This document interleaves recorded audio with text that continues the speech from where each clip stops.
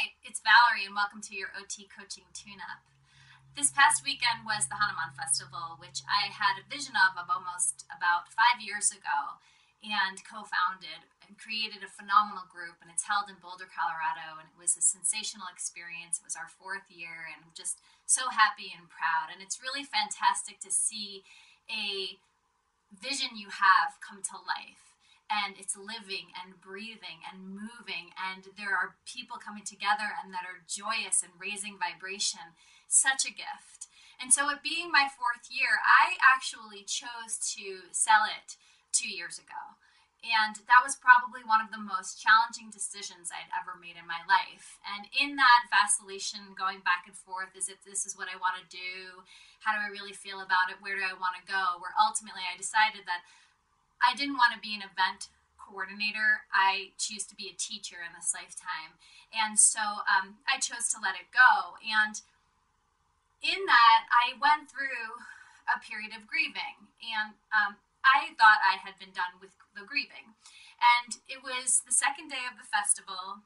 I had taken a lot of classes where we were chanting a lot and obviously moving a lot, but a lot of dancing. And dancing for me personally is a fantastic cathartic release. And so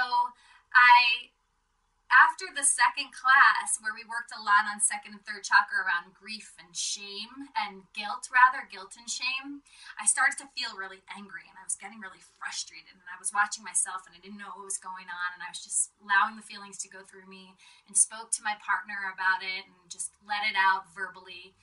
And then later on in the afternoon, we went to a second class by Saul David Ray, which was phenomenal. And as soon as we walk in, we started to chant.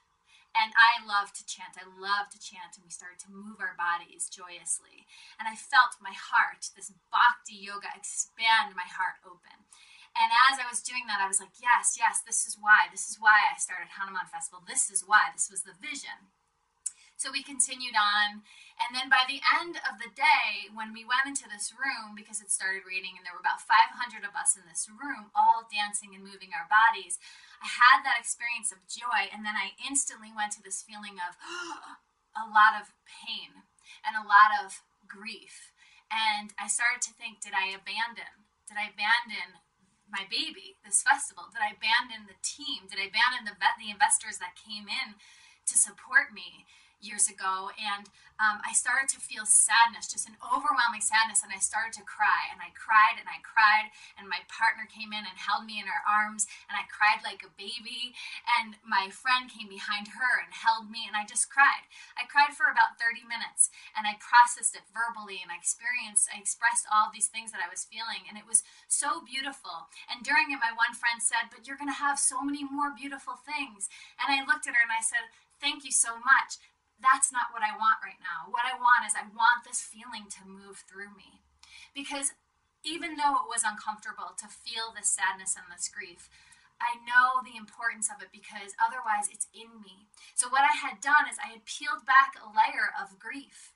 And grief can be a bitch, but grief is inevitable. Grief is so important to release out of our bodies. It's so important to release all that catabolic energy, which of course is there in being human. There's a loss that occurred. And so it was so wonderful to feel safe and supported as I moved through this process of grief. I chose not to have children in this lifetime. My business is my baby, and that was one of my babies that ultimately I had let go of. And so the reason why I wanted to share this is to understand and trust that not only when you move your body deeply and intentionally in something like yoga or dance, and then you start to speak or move or chant, you're moving energy. And in that, some stuff might come up that, yes, it feels good, but then other stuff might come up that doesn't feel so good. And so in that process, can we trust that those are just feelings that we're feeling? It doesn't mean that that's who we are or that's where we'll stay. But those feelings are necessary and they must move. Einstein said that energy doesn't ever disappear. It just changes form. So that's all it was doing. It was moving so it could shift.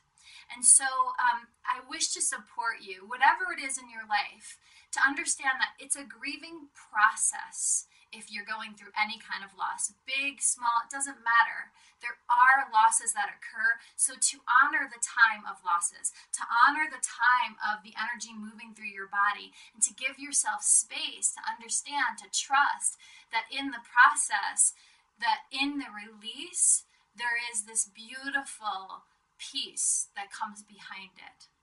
So wherever you are, want you to know that you're held and you're supported. And if you want support during that process, definitely feel free to contact us about coaching one-on-one, or come to any of our intensives or workshops or retreats to get that support, to dive in deep and to really feel held.